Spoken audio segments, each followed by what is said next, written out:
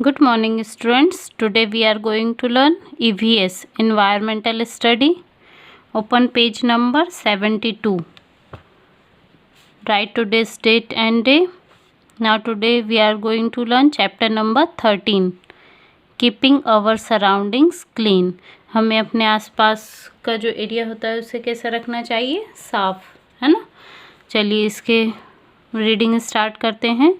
Now that we have learned how important it is for us to keep our clothes and body clean so that we remain healthy, it is time we looked around to see whether our surroundings are just as clean. अभी हमने पहले अपने जो clothes होते हैं और bodies को clean रखना क्यों महत्वपूर्ण है ये हम पहले पढ़ चुके हैं, जो कि हमें स्वस्थ रहने के लिए आवश्यक है. अब हम देखते हैं कि हमें अपने आसपास का जो एरिया होता है उसे कैसे साफ रखना चाहिए. वेस्ट मटेरियल्स मीन्स जो अपशिष्ट पदार्थ होते हैं उन्हें किस प्रकार से हम डिस्पोज करते हैं.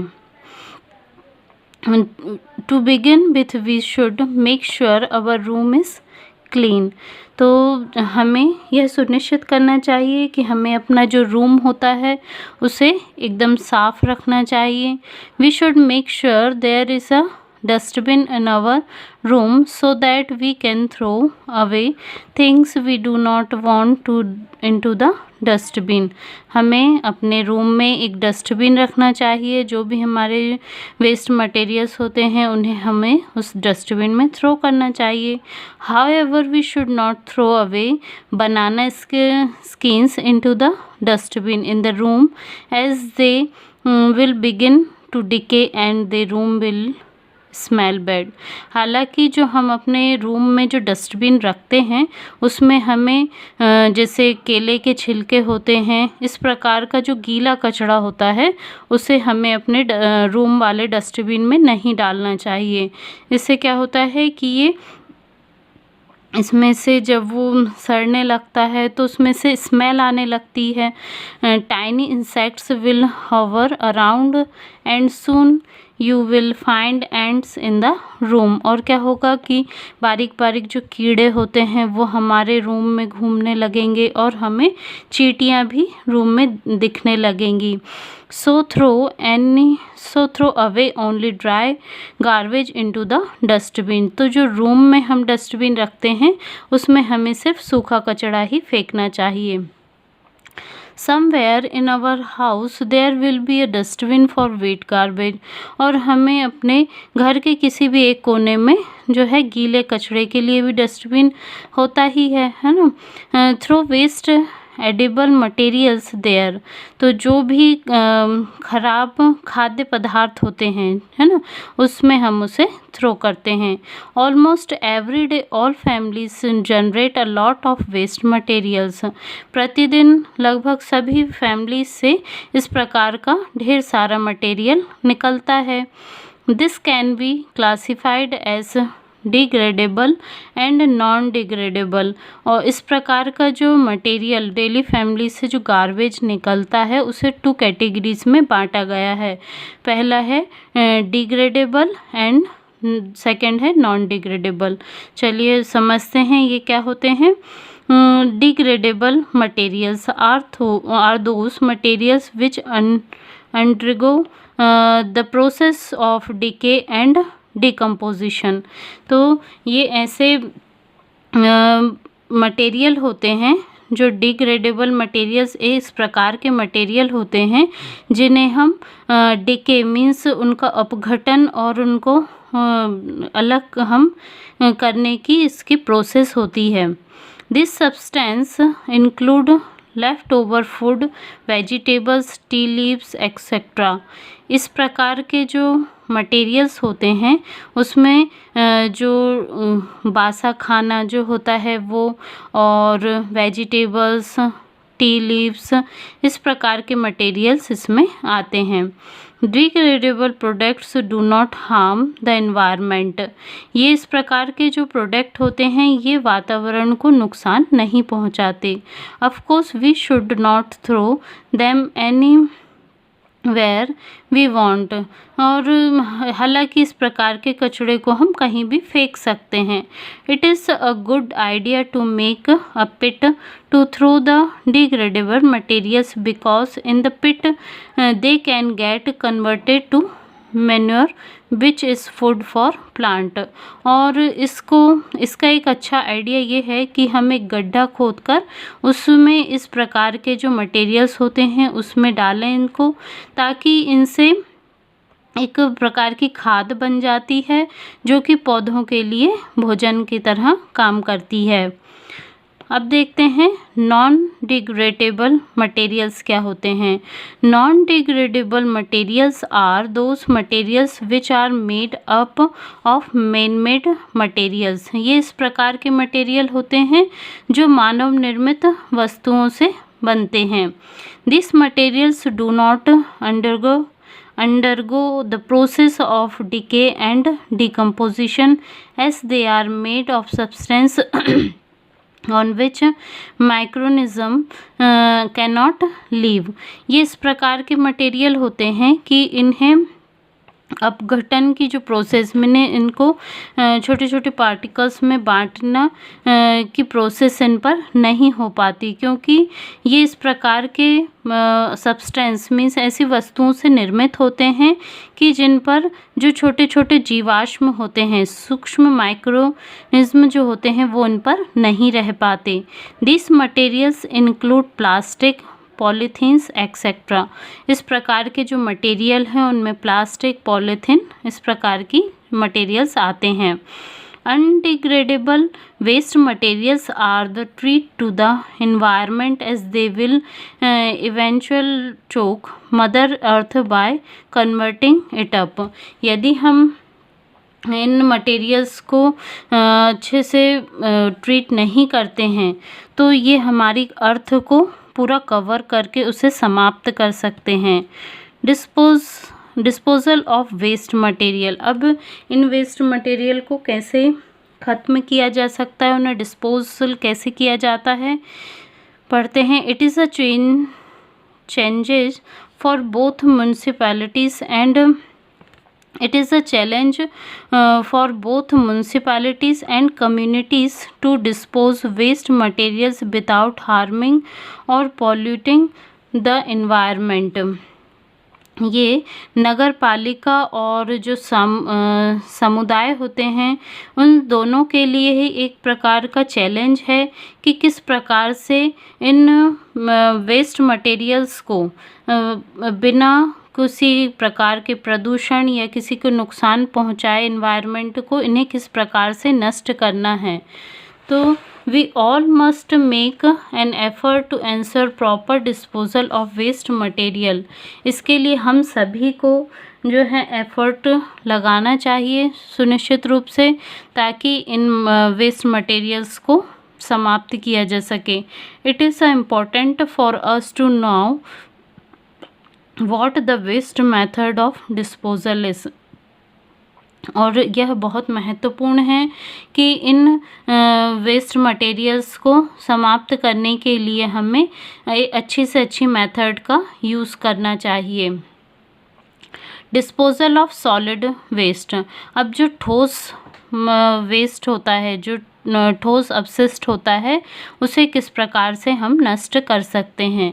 Solid waste also known as refuse can be categorized as degradable, non degradable and recyclable. जो सॉलिड वेस्ट मटेरियल होता है उसे भी 3 कैटेगरीज में हम डिवाइड कर सकते हैं, ठीक है। Degradable, non degradable and recyclable. It is essential for us to separate the different categories। और ये ज़रूरी है कि हम इनको डिफरेंट कैटेगरीज में इन्हें रखना बहुत आवश्यक है। Degradable waste is the most harmless waste and can be taken to the dumping grounds। जो डिग्रेडेबल वेस्ट होता है, जैसा कि हमने पहले पढ़ा कि ये ज़्यादा हार्मफुल नहीं होता है ना, तो इसे हम खुले ग्राउंड में भी डंप कर सकते हैं, फेंक सकते हैं। The waste from each household should be dumped in the big dustbin provided for each locality.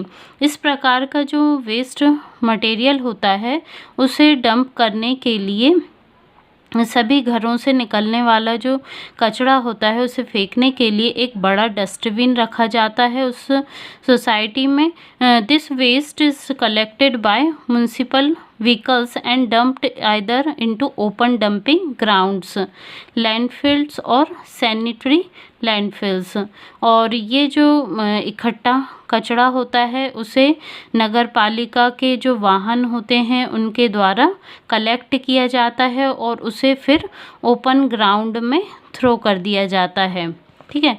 In open dumping grounds the waste is thrown openly to decay. और इस प्रकार से ये खुला हुआ ग्राउंड में जो वेस्ट पड़ा होता है ये खुले में ही अपघटित होता है, नष्ट होता है।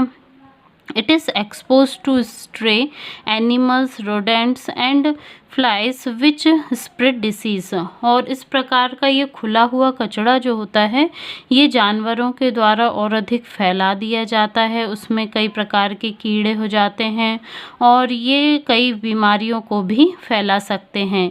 The waste began to rot and smell foul. और इसमें से बहुत गंदी स्मेल आना भी शुरू हो जाती है। When it rains the rain water carries harmful substance to the streams which result in water pollution. और जब बारिश होती है तो बारिश के पानी के साथ ये जो हार्मफुल सब्सटेंस होते हैं वो बहकर पानी में चले जाते हैं और इस प्रकार से वाटर पॉल्यूशन होता है। Thus open dumping is poor method of waste disposal. और इस प्रकार ये जो ओपन डंपिंग है ये मेथड जो है बहुत ही बेकार है ना, वेस्ट मटेरियल्स को डिस्पोजल करने की। Disposing of waste in the landfill involves burning the waste into a pit. At the end of each day, a layer of soil is scattered on the top of it and some mechanism, usually a roller, is used to compress the garbage। इसमें एक और method बताई है जिसमें landfill वाली जो method है इसमें क्या किया जाता है कि एक गड्ढे में जो भी हमारा डिस्पोजल मटेरियल होता है, वेस्ट मटेरियल होता है, उसे उस गड्ढे में डाला जाता है। फिर उसके ऊपर मिट्टी की एक लेयर बनाई जाती है। ठीक है। इस प्रकार से और फिर उसके ऊपर एक रोलर यूज़ करके उसे कंप्रेस किया जाता है which no forms a cell. और उससे फिर सेल बन जाती हैं। Thus every day garbage is dumped and become a cell. इस प्रकार से प्रतिदिन इस प्रकार की प्रोसेस होती है। However there are changes that harmful substance produced during the decay process leach into the groundwater and cause water pollution। हालांकि इस प्रकार की ये जो प्रोसेस होती है इसमें भी चांसेस होते हैं कि जो हार्मफुल सब्सटेंस होते हैं वो नीचे चले जाते हैं और जो ग्राउंड वाटर होता है, ज़मीन के नीचे का जो पानी होता है उसे वो पॉल्यूट कर देते हैं, प्रदूषित कर देते हैं। ठीक है। फिर है a sanitary landfill is more hygienic and protected the environment. ये जो सैनिटरी लैंडफिल प्रोसेस है ये काफ़ी हाइजेनिक है और एनवायरनमेंट को प्रोटेक्ट करती है। It is lined with materials that are implementable such as plastic and clay and are built over implementable soil. When the sanitary landfill sites become filled they can be used for recreational or other purpose. This method is used to dispose non-degradable and poisonous substance। तो यहाँ पर देखिए ये एक process बताई गई है sanitary landfill. इसमें क्या किया जाता है, ये वाली प्रोसेस काफ़ी अच्छी होती है। इसमें इस प्रकार से मटेरियल्स को ऐसे लाइन किया जाता है ठीक है, प्लास्टिक और क्ले से। And build over implementable soil, और इसके ऊपर फिर मिट्टी डाली जाती है, ठीक है। एंड और ये जो प्रोसेस होती है, जब ये पूरा फिल हो जाता है, इसके फिर से इसको अदर पर्पस के लिए भी यूज़ किया जा सकता है, ठीक है। और ये इसमें this method is use to dispose non degradable and poisonous substance. जो नॉन डिग्रेडेबल और पॉइजनस सब्सटेंस होते हैं उसको डिस्पोज करने के लिए मेथड यूज़ की जाती है। अब है हमारा इंसिनरेशन। इंसिनरेशन मीन्स उसका भस्मीकरण करना। The non degradable waste is sometimes burned. जो नॉन डिग्रेडेबल वेस्ट होता है वो कई बार जल जाता है। However burning increase the level of carbon dioxide in the air and adds to global warming as carbon dioxide traps the heat of the sun within the atmosphere of the earth. अब जब इस प्रकार के जो waste materials को जलाते हैं तो ये हमारे वायु में कार्बन डाइऑक्साइड के लेवल को बढ़ा देता है और इससे ग्लोबल वार्मिंग का स्तर भी बढ़ जाता है ना। Burning of polythene is very dangerous as the gases release damage the ozone layer। और जब हम प्लास्टिक को यदि जलाते हैं तो उससे बहुत ही खतरनाक गैसेस निकलती हैं जो कि ओजोन लेयर को डैमेज करती हैं। Incineration also damage the land and kills plants. जो भस्मीकरण की जो प्रोसेस होती है इससे जो लैंड होती है, भूमि, वो भी डैमेज होती है, साथ ही कई प्लांट्स भी, कई छोटे छोटे पौधे जो होते हैं वो भी मर जाते हैं। Thus it is not advisable to burn solid waste. इसलिए जो भी सॉलिड वेस्ट है उसे जलाना की सलाह नहीं दी जाती है। Now next turn the page. Making compost. अब कंपोस्ट बनाना क्या है?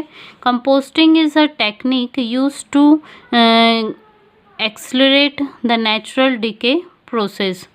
जो कंपोजिंग होती है एक ऐसी तकनीक है जो कि प्राकृतिक डिके प्रोसेस को एक्सलरेट करती, मीन तेज़ी से करती, बढ़ा देती है। Compost is both good for environment and for kitchen gardens. ये जो कंपोस्ट होता है ये पर्यावरण के लिए और जो किचन गार्डन है दोनों के लिए ही अच्छा है। It can very easily be made at home if there is some land space outside the home. और यदि आपके घर के बाहर ज़्यादा स्पेस है तो इस प्रकार का जो इसे बनाना बहुत ही आसान है। In villages compost pits are dug and everyone thrown degradable garbage in this pit. जो गांव होते हैं उनमें इस प्रकार का कंपोस्ट करने के लिए गड्ढे खोदे जाते हैं और उसमें कोई भी लोग जो हैं जो डिग्रेडेबल मीन्स जो सड़ने वाले जो पदार्थ होते हैं उन्हें उस गड्ढे में डाल सकते हैं। When one pit is full, it is covered and left to compost while another pit is dug। यदि एक गड्ढा पूरा भर जाता है तो फिर उसके बाद दूसरा गड्ढा खोद लिया जाता है इस मटेरियल को फेंकने के लिए। कंपोस्टिंग में take as long as 1 year put with a little bit of human intervention it can composed sooner and better। और इसको कंपोजिंग में लगभग 1 साल का समय लगता है और यदि इसे मानव इन्वेंशन, यदि उसमें ह्यूमन अच्छे से उसको कुछ प्रोसेस करते हैं तो ये और जल्दी से जल्दी भी कंपोज हो सकता है। The end product is board the weight it can be used a healthy manure for the plants। और इस प्रकार से बनने वाला जो प्रोडक्ट होता है वो प्लांट्स के लिए एक बहुत अच्छी खाद के रूप में उपयोग किया जा सकता है। अब हम देखते हैं रिसाइकलिंग क्या है। Recycling involves the collection of used and discarded materials to convert them into new products. Recycling एक ऐसे, इसमें क्या होता है कि ऐसे प्रोडक्ट्स, ऐसे मटेरियल्स इसमें इन्वॉल्व होते हैं जिन्हें हमने यूज़ कर चुके हैं और फिर उन्हें दोबारा से न्यू प्रोडक्ट्स में कन्वर्ट किया जा सकता है, उन्हें दोबारा से यूज़ करने के लिए। It reduce the amount of waste that is thrown into the community dustbin. और इससे क्या होता है कि कम्युनिटी डस्टबिन में जो फेंका गया कचरा होता है उसकी मात्रा कम हो जाती है ना। It saves landfill space, thereby making the environment cleaner and the air freshener to breathe। और जो लैंडफिल स्पेस होता है वो भी बच जाता है और इन्वायरमेंट, हमारा पर्यावरण साफ रहता है, साथ ही हमें सांस लेने के लिए फ्रेश एयर मिलती है। If recycling is done in a proper manner, it will solve the problem of waste और garbage। यदि रिसाइकलिंग की जो तरीका है उसे प्रॉपर तरीके से किया जाता है तो बहुत हद तक जो है वेस्ट और गार्बेज की जो प्रॉब्लम है उसे सॉल्व किया जा सकता है। The steps involve in the process period to recycling includes. Recycling करने से पहले जो है इसके कुछ स्टेप्स हैं, उन्हें देखते हैं। पहला है collection of waste from door step, commercial place etcetera. जो घरों से वेस्ट है उसे कलेक्ट करना, कमर्शियल प्लेसेस से वेस्ट मटेरियल को कलेक्ट करना। देन बी है collection of waste from community dumps. जो कम्युनिटी डम्प्स होते हैं उनमें से वेस्ट मटेरियल्स को कलेक्ट करना। Collection picking up waste from final disposal sites. जो फाइनल डिस्पोजल साइट्स होती हैं वहाँ से भी वेस्ट मटेरियल्स को कलेक्ट करना। ठीक है। Most of the garbage generate in the house hold can be recycled and reuse. अधिकतर जो गार्बेज फेंका जाता है उसे, घरों से जो भी गार्बेज फेंका जाता है उसे रिसाइकल या रीयूज़ किया जा सकता है। Organic kitchens waste such as left over food stuff, vegetable peels and spoiled और dried fruits and vegetables can be recycled by putting them in the compost pit that have been dug in the garden. तो जैसे घरों से निकलने वाला, kitchen से निकलने वाला जो ऑर्गेनिक वेस्ट है, जैसे कि left over food stuff means बचा हुआ खाना, वेजिटेबल्स पील्स मीन्स सब्जियों के जो छिलके हैं, ठीक है, फ्रूट्स जो सड़ चुके हैं, ऐसे फ्रूट्स या वेजिटेबल्स जो ख़राब हो चुके हैं तो उन्हें क्या किया जाता है, कंपोस्ट पिट में डाल दिया जाता है ना। गार्डन में गड्ढा खोदकर इन्हें डाल दिया जाता है।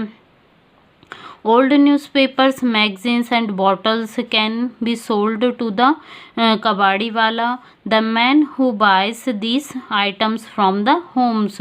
और जो ओल्ड न्यूज़पेपर होते हैं, मैगज़ीन होती हैं, पुरानी बॉटल्स होती हैं, इन्हें हम कबाड़ी वाले को बेच सकते हैं। कबाड़ी वाला जो होता है एक ऐसा व्यक्ति होता है जो घर से हमारे इस प्रकार के आइटम्स को खरीद लेता है। In your own home, you can contribute to waste reduction and the recycling, the reuse and certain items। हम स्वयं भी अपने घर के जो भी वेस्ट मटेरियल्स होते हैं उन्हें रीयूज़ कर सकते हैं, उन्हें रिसाइकल करके उन्हें फिर से यूज़ कर सकते हैं।